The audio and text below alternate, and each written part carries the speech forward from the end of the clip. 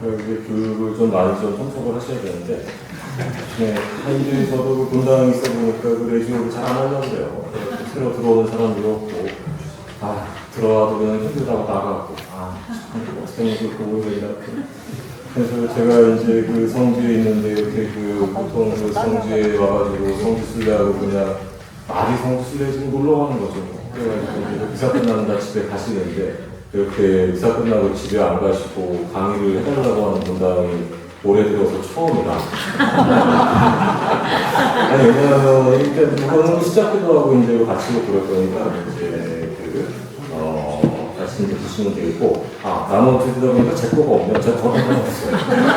그거 없어요.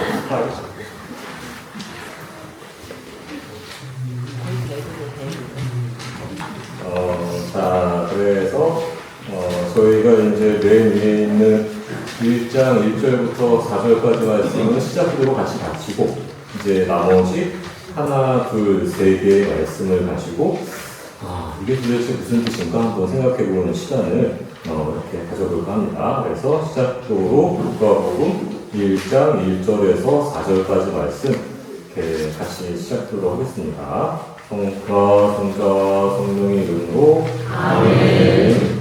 우리 가운데서 이루어진 일들에 관한 이야기를 전하는 작업에 많이가 손을 대었습니다. 처음부터 목격자로서 말씀의 종이 된 이들이 우리에게 전해준 것을 그대로 엮은 것입니다. 존귀하신 테오필로스님, 이 모든 일을 처음부터 자세히 살펴본 저도 귀하게 순서대로 적어드리는 것이 좋겠다고 생각하였습니다. 이는 귀하께서 배우신 것들이 진실을 알게 해드리려는 것입니다. 성부와 성자와 성령의 이름으로 아멘. 네, 그래서 제가 작년 6월에 이 수리산 성지에 왔으니까 이제 거의 한 1년 정도가 이제 거의 되고 있는데, 그래서 이 성지에서 강의를 제가 작년 11월에 연령에 분당 마테오 성당 거기 이제 연령에서 오셔가지고 때는 그 이성래 마리아하고 최경화 프란치스코가 이제 어떤 분들이신가 그 영성에 대해서 이렇게 좀 간단하게 좀 한번 했었고, 그 이후에는 이 성지에 오시는 분들이 공부하는 걸로 싫어하기 때문에 그래서 이제 그 일은 한 번도 없었고, 그래서 이제 올해 이제 처음으로 이렇게 그 코리아 강의를 좀 부탁을 하셔가지고 이제 부탁을 하시면 그냥 하면 되는 거니까. 그래서 이제 코리아니까 레지오 단원들이기 때문에 그 순교 신심에 대해서 또 순교 성인들에 대해서 하는 것도 물론 의미가 있겠지만 이제 레지오 단원들이고 또 이제 그 성모 성월이니까 한번 이 성모님의 믿음에 대해서 생각을 해보자. 그래가지고 제가 이제 정한 주제가 뭐냐면 그 루카복음 1장에서 2장까지의 말씀을 보면 예수님의 탄생 예고와 또 예수님의 어린 시절에 대해서 전하고 있는데, 사복음서 중에서 예수님의 탄생 예고와 어린 시절을 가장 구체적으로 전하는 복음 말씀이 이 루카복음이에요. 그래서 이 루카복음 1장과 2장의 말씀인데, 그 말씀을 읽을 때마다 제가 항상 이렇게 도대체 이 말씀이 무슨 뜻일까 이렇게 좀 알고 싶은데, 그 말씀이 무슨 뜻인지가 잘 들어오지 않는 말씀이 뭐였냐면 곰곰이 생각하였다. 그러니까 이제 성모님은 항상 이 인사말이 무슨 뜻인가 하고 곰곰이 생각하였다. 그 이제 1장 19절의 말씀을 보면 이 모든 일을 마음속에 간직하고 곰곰이 되새겼다. 그리고 이제 2장 48절을 보면, 51절을 보면 그의 어머니는 이 모든 일을 마음속에 간직하였다. 그러니까 이제 같은 말이잖아요. 곰곰이 생각하였다, 간직하고 되새겼다, 마음속에 간직하였다. 도대체 성모님이 곰곰이 생각하셨다는 말이 뭔가? 그 말씀이 제가 무슨 뜻인지 몰라가지고 저도 계속 곰곰이 생각을 해봤는데 모르겠어요. 모르겠어. 그 성모님도 한 번에 이제 알아듣지를 못하니까 곰곰이 생각하셨다. 이제 그런 뜻인 것 같긴 한데, 곰곰이 생각하였다? 아니, 왜 곰곰이 생각하신 거지? 하느님이 분명히 다 얘기를 했는데, 왜 곰곰이 생각하는 걸까? 도대체 성모님의 마음이 뭔가? 그러니까 이제 우리가 요즘에는 성경 공부를 워낙에 많이 하기 때문에, 이 성경이 무슨 뜻인지 너무 잘 안다는 거죠. 여러분들도 본당에서 이렇게 다 성경 공부 하시지 않았습니까? 다 했죠. 네. 요즘에도 우리 그 천주교 신자들의 특징이 뭐냐면, 물어보면 다 대답을 잘 안 하세요. 저도 이제 큰 기대를 안 하니까 했다고 치고, 했다고 믿는데, 그런데 이제 그 성경 공부를 뭐 저도 이제 뭐 신학교 때 했고, 본당에서도 이제 신자들하고 같이 하고, 또 이제 책도 읽고, 그러니까 이 성경이 무슨 뜻인지는 알고, 단어 하나하나가 무슨 뜻인지는 잘 알겠는데, 마음을 모르는 거예요. 성모님의 마음. 곰곰이 생각하셨다? 왜 곰곰이 생각을 하는 거지? 어떤 걸 곰곰이 생각하는 거지? 이런 것이 잘 들어오지가 않아서 오늘은 여러분들과 함께 제가 느낀 것을 조금 말씀을 드리고 이제 여러분들이 좀 체험한 게 있으면 같이 이렇게 나누어 가다 보면 우리가 어떤 그 평소에 생각하지 못했던 더 큰 신비를 깨달을 수 있지 않겠느냐 이제 이런 생각이 들어서 곰곰이 생각하였다. 이게 이제 무슨 뜻이냐 한번 같이 이렇게 해볼까 합니다. 그래서 이제 시작 기도로 우리가 루카복음 1장 1절부터 4절까지의 말씀을 기도를 했는데 왜 이 말씀을 기도로 시작을 했냐면 제가 성지에 와서 느끼는 것 중에 하나가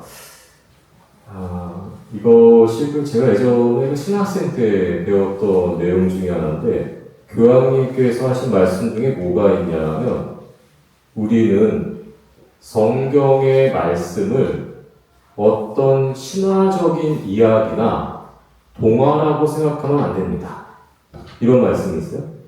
그러니까 이게 무슨 얘기냐면 이게 요즘에 뭐 아이들부터 시작해서 이제 많은 분들이 그렇게 생각을 하시는데 자, 성모님이 예수님을 잉태하실 것이라는 이제 그 소식을 들었는데 누구한테 소식을 듣습니까? 가브리엘 천사. 가브리엘 천사가 진짜 왔다는 겁니까? 아니면 가브리엘 천사가 온 것처럼 하느님의 소식이 놀랍게 전해졌다는 것입니까? 그러니까 천사가 진짜 왔다는 거예요? 아니면은 천사가 온 것과 같이 아름다운 소식이다라고 상징을 하는 거예요? 네, 이제 요즘에 거의 한 80% 이상의 제가 경험해 보기로는 80% 이상의 신자들은 어떻게 믿냐면 천사가 왔다는 게 진짜 온 게 아니고 성모님의 기쁨을 그렇게 표현했나 보다. 그러니까 신화적으로 생각하는 경우가 굉장히 많아요. 그런데 이제 우리가 믿어야 될 거는 뭐냐면 성모님한테 진짜 천사가 온 거죠. 그러니까 이 단순한 거를 믿으면 되는데 제가 이제 본당에서 교리를 많이 해보지 않습니까? 본당에서 이제 교리도 하고 강론도 하고 얘기를 해보면 성모님한테 천사가 왔습니다. 그러면 표정이 어떤 표정이냐면 저 사람이 약간 이상한 사람인가? 이렇게 쳐다본다는 거예요. 그러니까 이제 오늘 그 루카복음 1장 1절에서 4절까지의 말씀을 이렇게 시작기도를 한 이유는 이 말씀 처음부터 목격자로서 말씀의 종이 된 이들이 우리에게 전해준 것을 그대로 엮은 것입니다. 그러니까 우리가 이 성경의 말씀을 어떤 상징적이거나 좀 비유적인 표현으로 받아들이지 말고 그냥 있는 그대로 믿게 되면 더 많은 깨달음을 얻을 수 있다. 그냥 나 진짜다. 이제 이렇게 믿고 시작을 하면 되는데 그래서 이제 여러분들은 워낙에 이제 믿음들이 있는 분들이니까 이제 의심이 없을 것이다. 이제 이렇게 믿고 그래서 이제 처음에 자, 우리가 이제 예수님의 탄생 예고가 루카복음 1장, 26절부터 38절까지의 말씀인데, 이 말씀은 우리가 다 알고 있는 말씀이죠. 그러니까 이제 가브리엘 천사가 성모님을 방문해서 하나님의 놀라운 구원 계획을 전하는 말씀인데, 그래서 이 말씀 중에 첫 번째로 한번 이제 같이 나누고 싶은 것은 이 말에 마리아는 몹시 놀랐다. 그리고 이 인사말이 무슨 뜻인가 하고 어떻게 했다?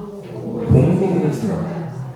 그래서 제가 여러분들한테 좀 질문을 드릴 테니까 이제 좀 나만의 체험이 있는 분들은 주저하지 마시고 이제 여러분들이 이 성지에 다시 올 일이 별로 없잖아요. 그걸 만날 일이 별로 없으니까 이제 하고 싶은 대로 이제 다 이제 얘기를 하시면 되겠는데, 자 우선 이제 여섯째 달에 이제 성경을 좀 한 구절 한 구절 보면 되는데, 여섯째 달이라고 하는 것은 엘리사벳이 세례자 요한을 임신한 지 여섯째 달에 그런 뜻이란 말이에요.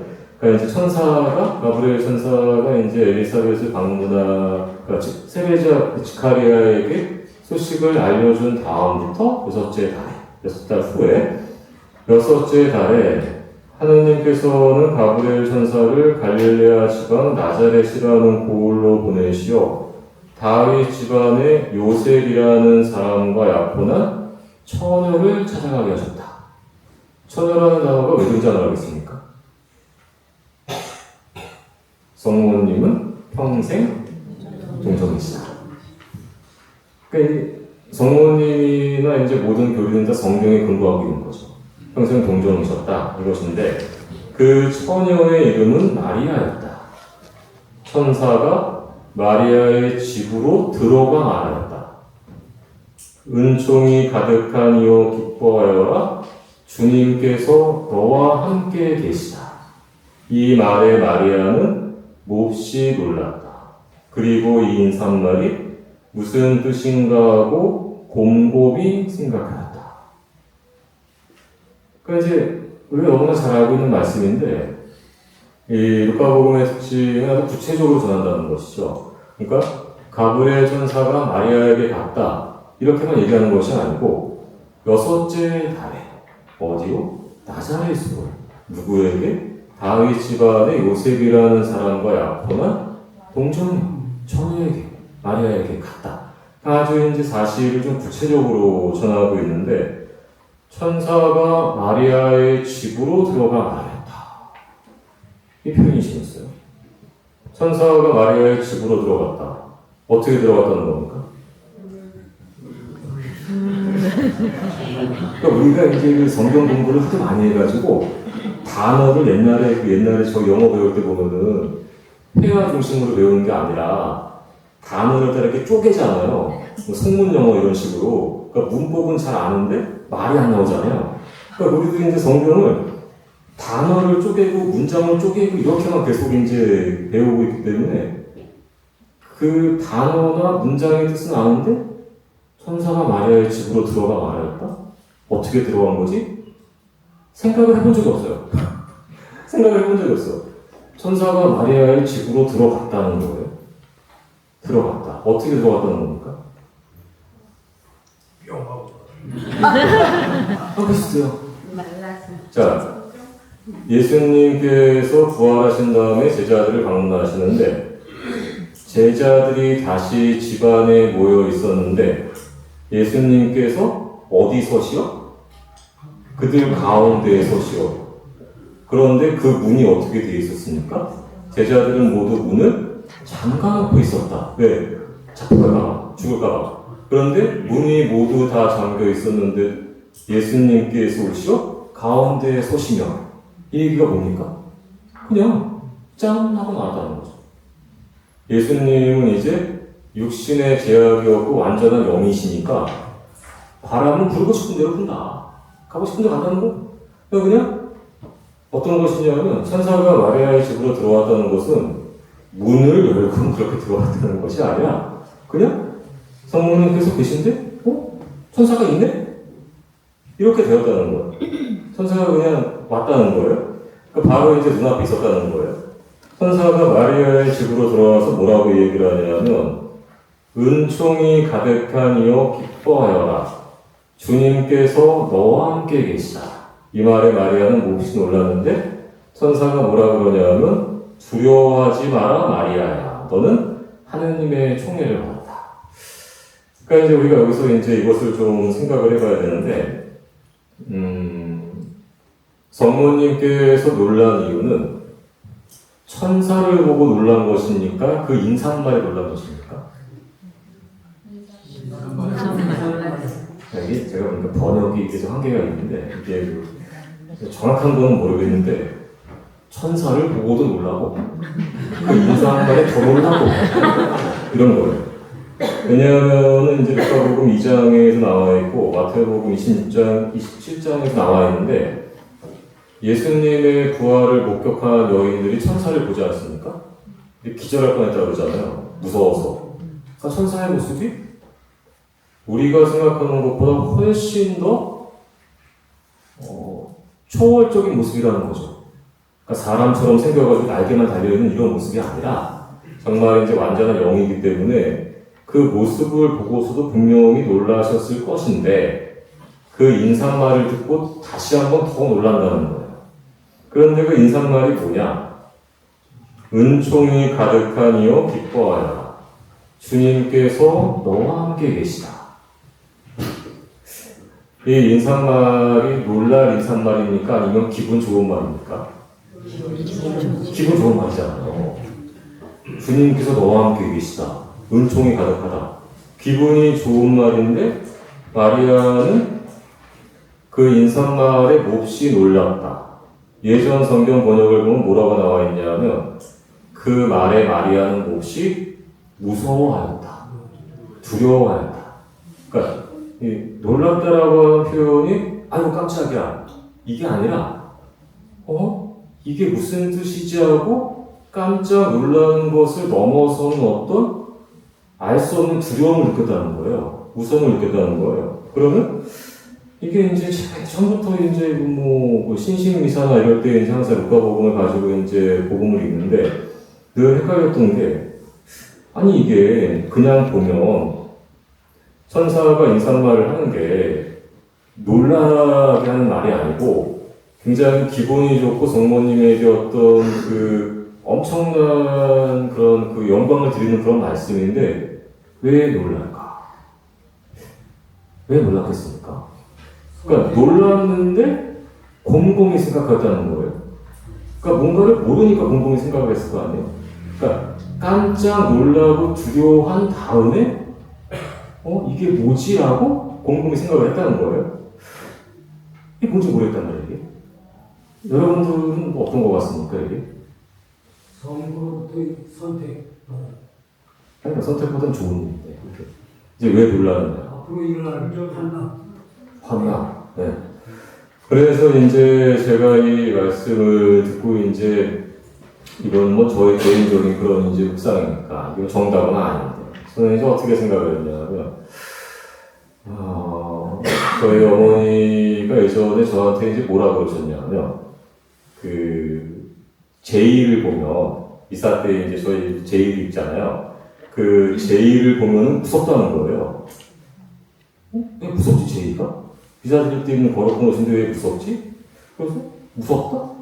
그래서 왜 무섭냐 그랬더니 이 말이 재밌는데 제의를 보면은 나는 무서운 생각이 드는 게 마귀고 제의만 보면 다 도망갈 것 같다는 거예요.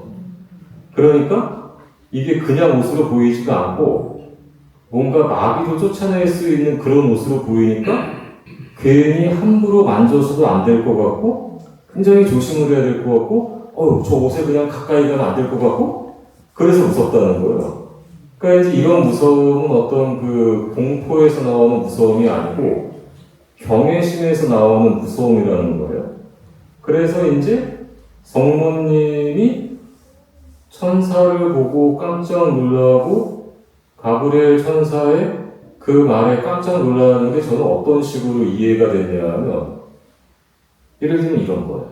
뭐가 있냐면 정말 멋진 남자가 있는데 회장님 아들이에요. 회장님 아들인데 그 사람이 갑자기 나한테 내가 여잔데 뭐라 그러냐면 다이아 반지를 주면서 당신과 하나가 되고 싶다. 이렇게 얘기를 한다면 여러분들 마음이 어떻겠습니까? 째지면서도 놀라잖아요. 그러면서도 궁금해. 싫은 건 아니에요. 그 말이 싫진 않아. 너무 좋아. 그런데 나한테 갑자기 왜 그런 말을 하는 거지? 나한테 이제 이렇게 왜 큰 선물을 주는 거지? 도대체 그게 무슨 뜻이지? 생각을 하게 될 거 아닙니까? 그래서 저는 오늘 복음 말씀이 이제 어떻게 들리냐면,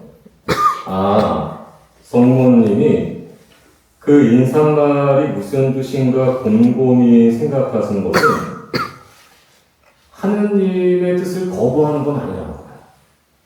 하느님의 뜻을 거부하는 것은 아니지만 도대체 그 뜻이 무엇인지를 단번에 또 정확히 깨달을 수가 없으니까 너무나도 감당하기 힘든 엄청난 말씀을 하시니까 그 뜻이 무엇인가 곰곰이 생각하였다. 그러니까 제가 이제 이 말씀을 들으면서 느끼는 것은 무엇이냐면 곰곰이 생각하였다는 것은 저는 처음에 어떻게 생각을 했었냐? 곰곰이 생각하였다 이 말씀이 의심을 했다는 건가? 주님께서 너와 함께 계시다 이 말이 이게 무슨 뜻이야? 의심을 했다는 거라고 잠깐 생각을 한 적이 있었는데 그런 것이 아니라 곰곰이 생각한 것은 의심이 아니라 오히려 순명의 표현이 아니야. 그러니까 이런 거죠. 성모님은 하느님을 믿는 분이셨습니까? 믿지 않는 분이셨습니까? 믿는 분이죠. 유대인들은 하느님 믿었어요. 하느님을 믿고 하느님을 기다리고 있었고 메시아를 기다리고 있었는데 그러니까 성모님은 하느님께 대한 믿음과 경외심이 충만하신 분이셨는데 하느님께서 그 말씀을 하시니까 그 말씀을 거부하거나 밀어내는 것은 아니지만 이 놀라운 말씀이 무슨 뜻인가 순명을 하고 싶으나 그 말씀의 뜻을 아직 깨닫지 못해서 순명하지 못하는 순명을 준비하고 있는 표현이 곰곰이 생각하였다. 이 말씀이 아닌가 이렇게 한번 생각을 해보고 그 다음에 이제 2장을 보면 말이에요. 우리가 이게 1장 이제 2장 19절을 보면 제가 잘못 적었네요. 그 베들레헴 들판의 목자들에게 나타나신 예수님의 이야기가 나오는데 자 루카복음 2장을 보면 이런 말씀이 있어요. 그 고장에는 즉 베들레헴 들판에는 그 고장에는 들에 살면서 밤에도 양떼를 지키는 목자들이 있었다. 자 낮에도 양떼를 지켜야 되고 밤에도 양떼를 지켜야 되니까 이 목자들은 어디서 자는 겁니까? 들판에서 자는 거예요. 들판에 동굴에서 그냥 자는 거예요. 노숙을 하는 거예요. 이렇게 노숙을 하는 건데 그런데 주님의 천사가 다가오고 주님의 영광이 그 목자들의 둘레를 비추었다. 이게 무슨 뜻입니까? 자, 그 고장에는 들에 살면서 밤에도 양떼를 지키는 목자들이 있었다. 그런데 주님의 천사가 다가왔다. 천사가 언제 왔다는 거예요? 밤에. 밤에도라고 하는 표현을 꼭 사용할 이유가 없는 거죠.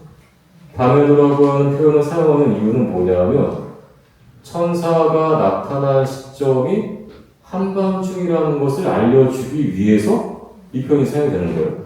그러니까 이제 밤에 주님의 천사가 다가오고 주님의 영광이 그 목자들의 둘레를 비추었다.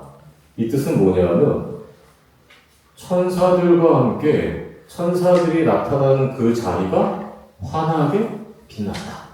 이런 뜻이라는 거예요. 그러니까 우리가 이제 제가 오늘 그냥 하나만 강조하고 싶은 건 뭐냐면 단순하게 그냥 아이들처럼 말씀을 그대로 믿자. 그대로 믿으면 뭔가 이제 안 보이는 게 보일 수가 있으니까 그러니까 이제 한밤중에 다 깜깜한데 주님의 천사가 오고 그 빛이 이제 비추고 있었는데 그래서 이제 천사가 오늘 너희를 위하여 다윗 고을에서 구원자가 태어나셨으니 주 그리스도이시다. 쭉 이제 말씀을 한단 말이에요. 그 다음에 이제 15절을 보면 어떤 말씀이 있냐면, 천사들이 하늘로 떠나가자 목자들은 서로 말하였다.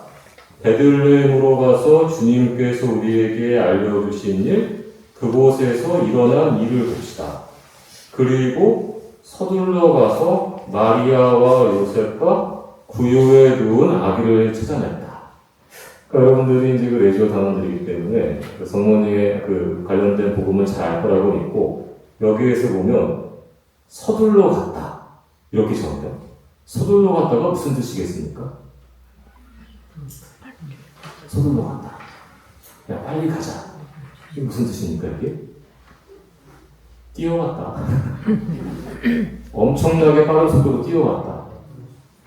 이 단어가 의외로 중요해요. 서둘러 갔다. 누가복음 1장에 똑같은 말씀이 나오는데, 그 무렵 마리아는 길을 떠나 어떻게? 서둘러 엘리사벳에게 갔다. 왜 서둘러 갔겠어요? 소식을 전해야 되니까. 기쁜 소식을 전해야 되니까 서둘러 갔다는 거예요. 여기서도 보면은 목자들이 서둘러 가서, 이 단어가 왜 들어있겠습니까? 위안을 받는. 네? 위안을 받는. 위안을 받는. 네. 그러니까 서둘러 갔다. 진짜라는 거죠. 서둘러 갈 정도로 천사가 알려준 소식이 진실이었음을 오늘 복음은 알려주고 있는 것인데, 그 서둘러 정말 뛰어갔다는 거예요. 엄청나게 빨리 뛰어갔다는 거예요.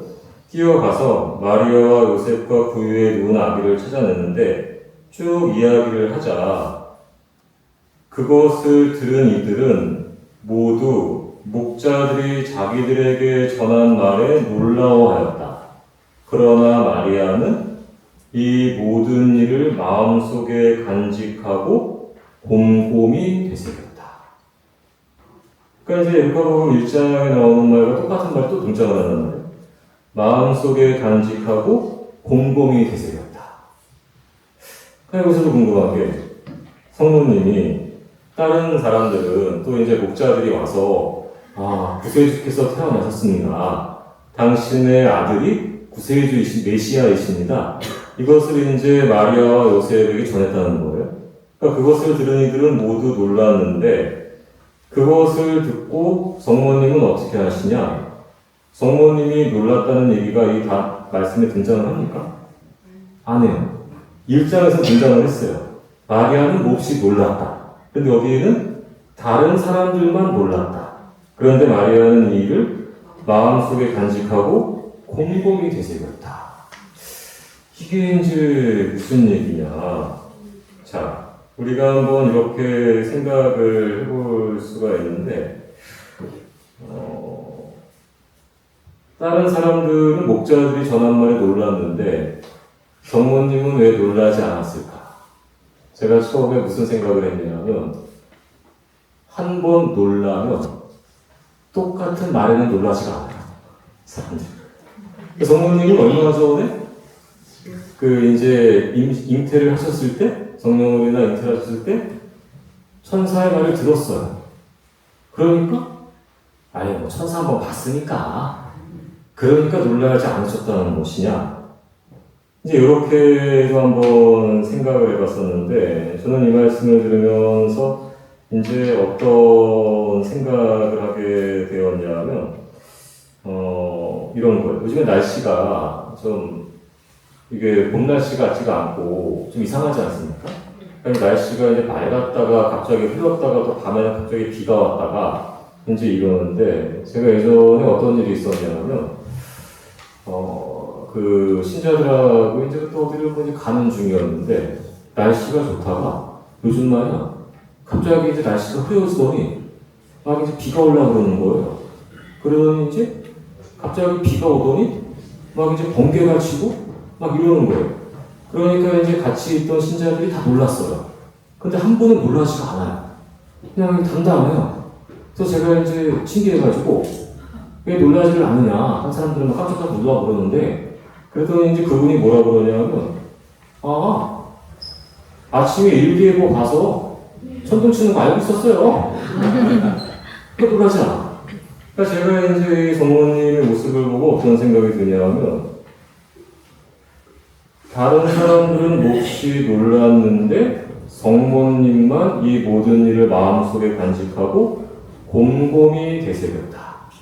이 말씀을 들으니까 어떤 말씀이 떠오르냐면 성모님께서 가브리엘 천사의 말씀이 이렇게 이야기를 하지 않습니까? 마지막에 보십시오. 저는 주님의 종입니다. 말씀하신 대로 저에게 이루어지기 바랍니다. 이게 무슨 뜻입니까? 엘리사벳 성모님한테 그래요. 행복하십니다. 하느님께서 하신 말씀이 이루어지리라고 믿으신 분. 그러니까 저는 이 성모님이 놀라지 않고 마음속에 곰곰이 간직하였다가 어떻게 들리냐면, 성모님은 하느님의 말씀이 이루어질 것임을 믿고 계셨고, 그 믿음이 한순간도 흔들리지 않으셨으니까 그 일에 놀라지는 않으셨지만, 나에게 해주신 하느님의 그 엄청난 일의 뜻이 무엇일까? 그것을 깨닫기 위해서 마음속에 곰곰이 간직하셨다는 것이구나.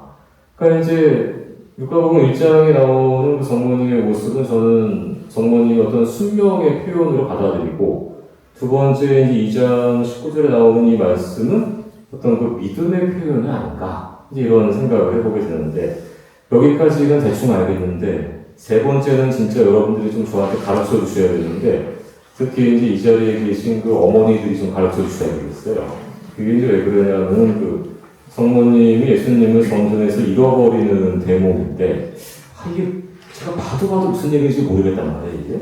그래서 무슨 뜻인지 잘 모르겠는데, 이제 다 아이들을 키워보셨으니까, 여러분들은 좀 아실 것 같고, 그래서 이제 제가 좀 물어보면은, 좀 주저하지 마시고, 저한테 좀 알려주시면 참 좋겠다. 그런 생각이 드는데, 자, 이 루카복음 2장 41절부터 52절까지의 말씀인데, 예수님의 어린 시절, 또 성전에서 예수님을 잃어버렸을 때 이 성모님의 아픔에 대해서 전하고 있는 내용이지 않습니까?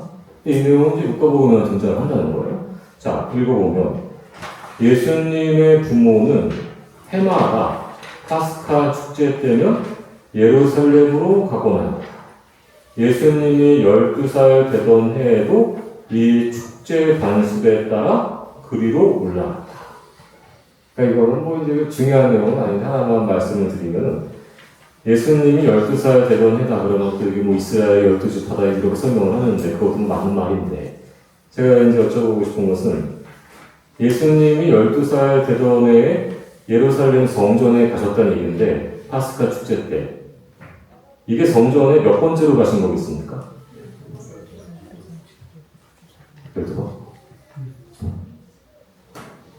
그러니까 당시의 관습에 따르면 당시의 율법과 관습에 따르면 처음 가신 거예요.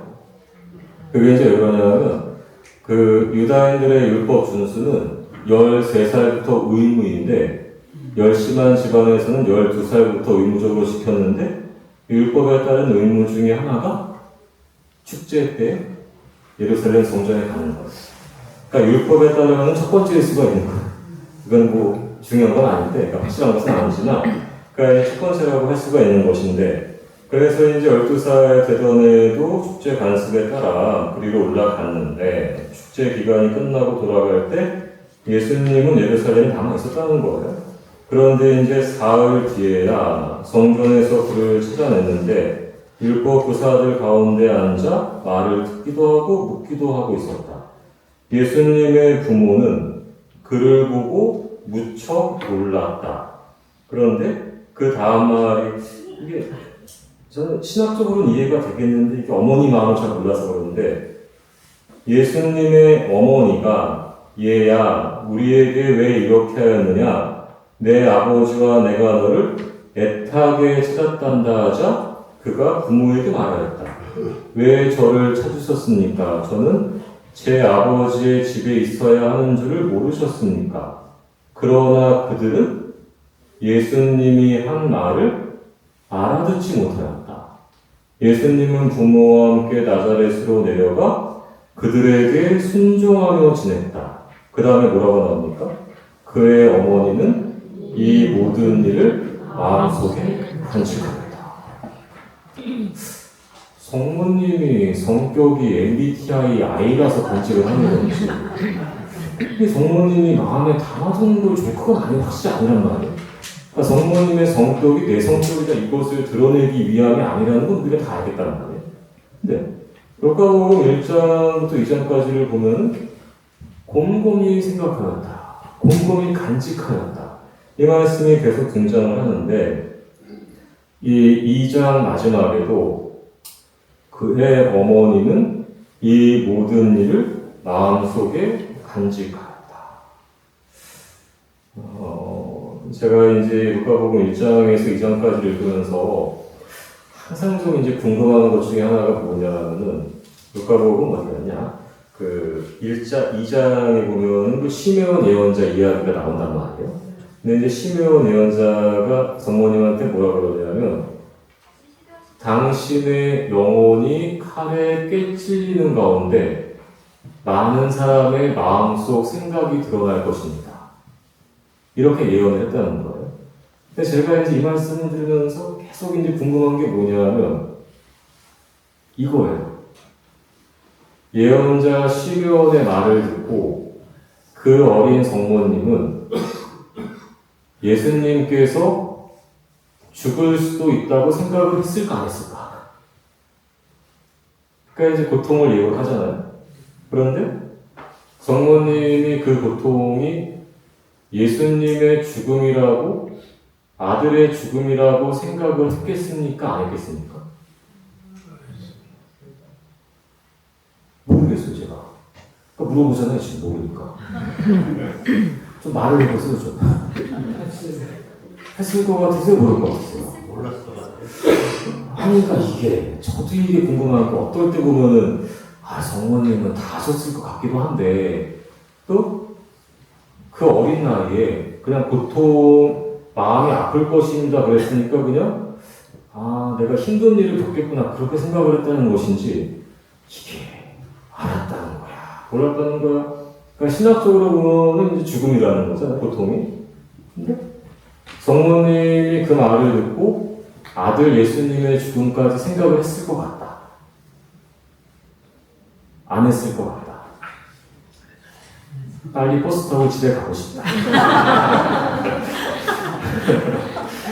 하여튼 제가 이게 그 어머니가 아니기 때문에, 만약에 어머니가 그 얘기를 들었으면 정말 이 아기 때문에 당신은 영혼이 찔리는 것처럼 아플 것입니다, 그 얘기를 들었을 때 내 아들이 죽는다라고 생각했을 것인가, 안 했을 것인가, 굉장히 저는 이제 좀 궁금한데 그건 알 수가 없고, 그래서 이제 그 성모님이 어떤 내 아들에게 큰 고통이 닥칠 거라는 건 알고 있었다는 거예요.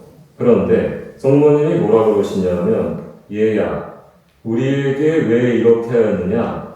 내 아버지와 내가 너를 애타게 찾았단다, 이렇게 말씀을 하시는데, 성모님이 지금 예수님을 잃어버리신 거잖아요. 예수님을 찾지 못할 때, 우리 아들이 죽었으면 어떡하지 생각을 했겠습니까? 안 했겠습니까? 그것도 모르겠어요. 네. 애를 키우지 않았으니까. 그런데, 그러니까 제가 이 말씀을 들으면서, 혹시 성모님이 그 아이를 잃어버렸을 때, 시므온 예언자의 예언이 벌써 실현된 것인가? 그 말이 벌써 맞는 것인가? 이렇게 생각하시는 건가? 그건 잘 모르겠고, 하여튼. 그런 생각이 잠깐 들었는데, 그 다음 말이 재밌어요. 그러나 그들은 예수님이 한 말을 알아듣지 못하였다. 그런데 그 전에 보면, 성모님이 예수님한테 뭐라고 그럽니까? 얘야, 우리에게 왜 이렇게 하느냐? 제가 이제 이 말씀을 들으면서 어떤 생각이 드냐면,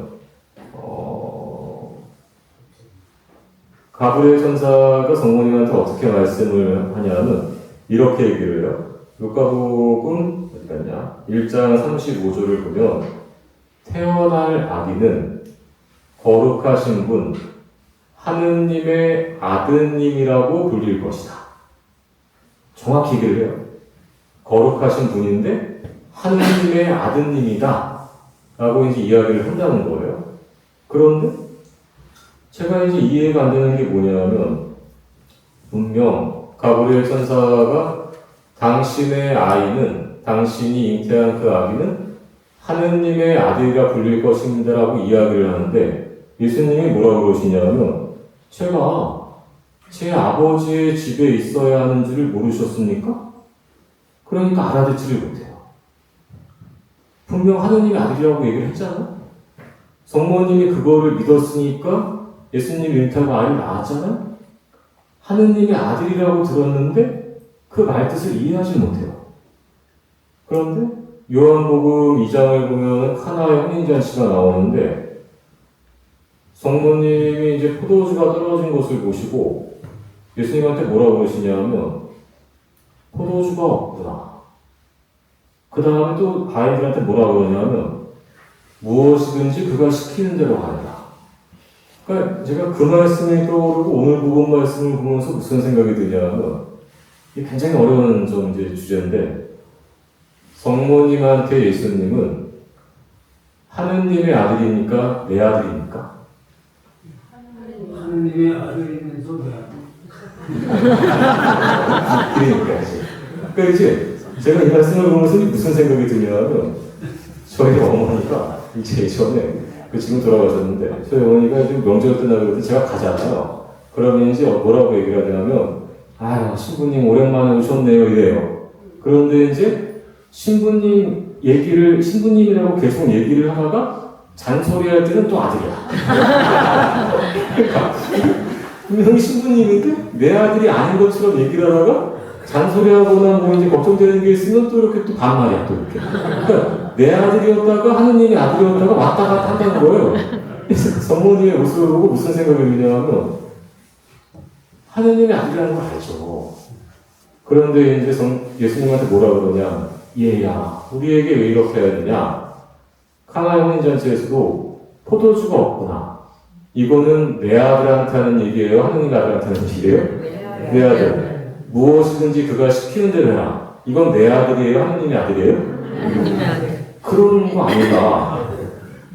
그러니까 성모님의 믿음이 부족하다는 그런 뜻이 아니고 이 말씀에서 얘야 우리에게 왜 이렇게 해야 되냐? 여기에서 우리가 이제 짧은 단어에서 알 수 있는 건 뭐냐면 아 예수님은 정말 사랑이셨다. 똑같았다는 거야. 예수님이 사춘기를 극복했습니까? 안 극복했습니까? 어땠을 것 같아요? 예수님 사춘기를 보냈을까요? 안 보냈을까요? 그렇죠. 똑같다는 거예요. 똑같은데 하느님의 아들이시라는 거예요. 그러니까 성모님의 이 모습에서 저는 무엇을 발견하냐면 하느님의 뜻이 그러니까 하느님께서 일부러 이제 마리아가 알아듣지 못한 것이 아니라 루카복음 9장 어디 갔냐? 루카복음 9장 45절에 보면 이런 말씀이 있더라고요. 그러나 예수님이 순환과 부활을 예고하시는데 알아듣지 못해요. 그러나 제자들은 그 말씀을 알아듣지 못하였다. 그 뜻이 감추어져 있어서 이해하지 못하였던 것이다. 그러니까 이제 성모님께서 예수님이 하신 말을 알아듣지 못하였다. 이 말씀을 저는 성모님의 믿음이 부족하였다 이렇게 느껴지는 것이 아니고 하느님의 뜻이 감추어져 있었기 때문에 감추어진 그 하느님의 뜻을 알기 위해서 성모님은 그것을 간직하고 계속 기도하신 것이 아니겠느냐. 그러니까 세 번째 말씀은 첫 번째는 순명이고 두 번째는 믿음이고 세 번째는 이제 기도가 아닌가 이런 생각이 드는데 그래서 5분 정도만 더 하고 여러분들 집에 보내드릴 거니까 좀만 버티시면 돼요. 제가 이 루카복음 1장에서 2장의 말씀을 들으면서 이제 이런 생각이 나요. 뭐가 있냐면 제가 한 10몇 년 전에 프랑스의 루브르 박물관에 갔었는데 거기에 가면 이제 그림들이 굉장히 많지 않습니까? 근데 이제 그 그림 중에서 사람들이 제일 많이 모이는 데가 모나리자. 그 조그만, 한 요만하잖아요, 모나리자가 크기가. 요만해요. 굉장히 작은데 이제 그 그림 앞에 많이 모여있고 또 이제 여러 가지 그림을 보면서 아, 이게 미술이라고 하는 게 정말 대단하다. 이런 생각을 했었는데, 그래서 이제 그 다음에 기회가 되면 뭐 이렇게 혼자 가기도 하고 시작을 이제 미술관에 가고 그러는데, 이렇게 제가 이제 미술관을 그 전에 갔을 때 어떤 경험이 있냐면, 들어가서 이제 그림을 보는데 그림들이 거의 비슷비슷하잖아요. 비슷비슷한데 딱 보는 순간, 저 그림이 뭐지? 그냥 이렇게 끌리는 그림이 있어요. 그리고 이제 그걸 보는 순간 이게 무슨 뜻인지는 모르겠는데 딱 보는 순간 와, 이 엄청난 이 느낌은 뭐지? 이렇게 그림에 어떻게 좀 압도당한다 그럴까? 이제 그런 느낌이 있어요. 그래서 제가 이제 그런 느낌을 받았던 게 뭐냐면 한 10년 전쯤에 미술관을 갔는데 그림이 작은데 제가 이제 약간 좀 세속적인지 그 그림을 보면 어떤 작가의 의도가 보이는 게 아니고 저는 미술관에 가서 이제 그림을 보면 항상 무슨 생각을 하냐면 얼마짜리일까? 이거만 보이는데 그런데 이제 그날은 그런 생각이 들지가 않고 와 이거 좀 뭔가 다르다 뭔지 모르겠지만 다르다라는 느낌이 들었는데 그게 알고 보니까 무슨 그 청경저 화백이 그린 거래요. 그래가지고 이제 나도 좀 보는 눈이 있나 보다 이제 그렇게 생각을 한 적이 있고 또 한 번은 어떤 그림을 봤는데 평범한 그림 같은데 다른 작품들은 눈에 안 들어오고 이게 뭐지? 이 엄청난 뭔가가 있는 것 같은데 뭔지는 잘 모르겠는데 그림을 보는 순간 그냥 거기에 머물러요. 근데 계속 생각이 나. 집에 가서도 그게 뭐지? 무슨 그림이지? 그 성모님께서 말씀하시는 이 모든 일을 마음속에 간직하고 곰곰이 되새겼다. 이 말씀이 저는 어떻게 다가오냐면 정말 인간으로서는 상상할 수도 없는 너무나도 놀라운 하느님의 힘에 그 일에 성모님이 완전히 압도가 되어서 그 모든 일을 마음속에 간직하고 곰곰이 되새기지 않으면 안 될 정도로 그 신비가 놀라웠다는 뜻이구나. 그래서 우리가 시편 30편장의 말씀을 보면 이런 말씀이 있는데 저는 주님의 업적을 생각합니다. 예전에 당신 기적을 생각합니다. 당신의 모든 행적을 되새기고 당신께서 하신 일들을 묵상합니다. 다른 사람들은 그냥 놀라기만 해요. 세례자의 아버지였던 스가랴도 천사가 제단 오른쪽에 서 있는 것을 보고 어떻게 합니까? 두려워하였다. 무서워하였다는 거예요. 목자들도 놀라워하였다. 정말 신기한 일이구나. 그런데 성모님은 어떻게 하시냐? 하느님께서 나에게 하신 일의 뜻이 무엇인지를 깨닫기 위해서 끊임없이 기도하셨다는 뜻이 아니겠느냐. 이제 이렇게 느끼게 됐는데, 마지막으로 이제 여러분들과 나누고 싶은 주제는 뭐냐면, 요한복음의 이제 그 마지막을 보면 예수님께서 돌아가시는 그 장면에 이렇게 묘사를 합니다. 어디가 있냐, 이게. 요한복음이, 우리가 지금 요한복음 계속 읽고 있단 말이에요. 그래서 이제 요한복음이, 여기 있다. 요한복음, 어디 갔어, 이거. 요한복음 19장 25절을 보면 예수님의 십자가 곁에는 그분의 어머니와 이모 클로파스 안의 마리아와 마리아 막달라나가 서 있었다. 다른 복음에는 다른 여자들은 멀찍이 서서 지켜보고 있었다. 그러니까 이제 거리상의 표현이 약간의 차이는 있지만 예수님의 십자가 근처에 성모님이 계셨다는 거예요.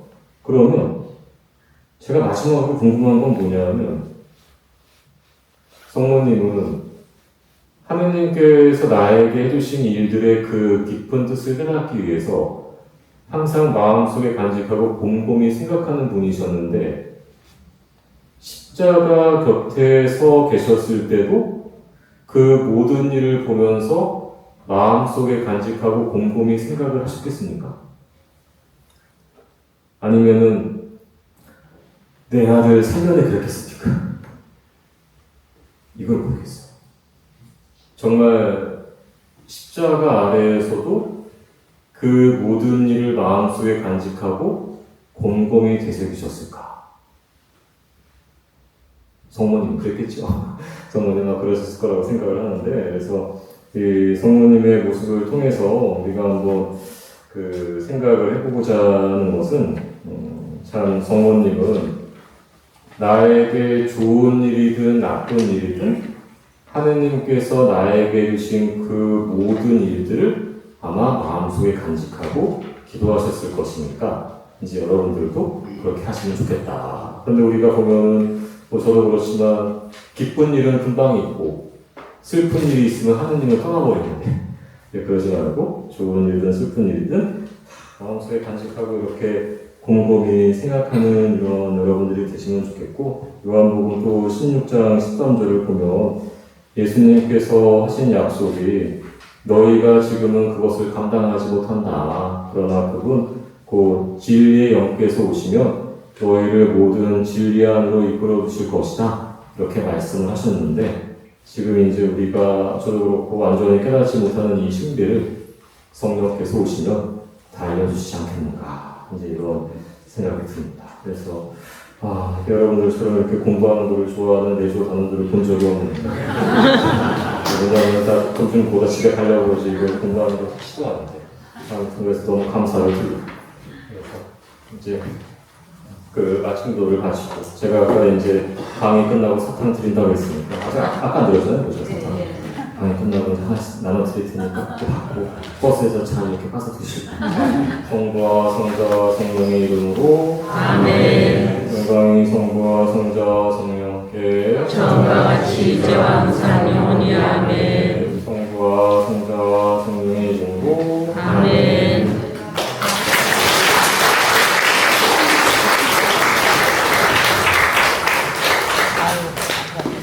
여기 뒤에서 나가시면서 하나씩 가져가세요.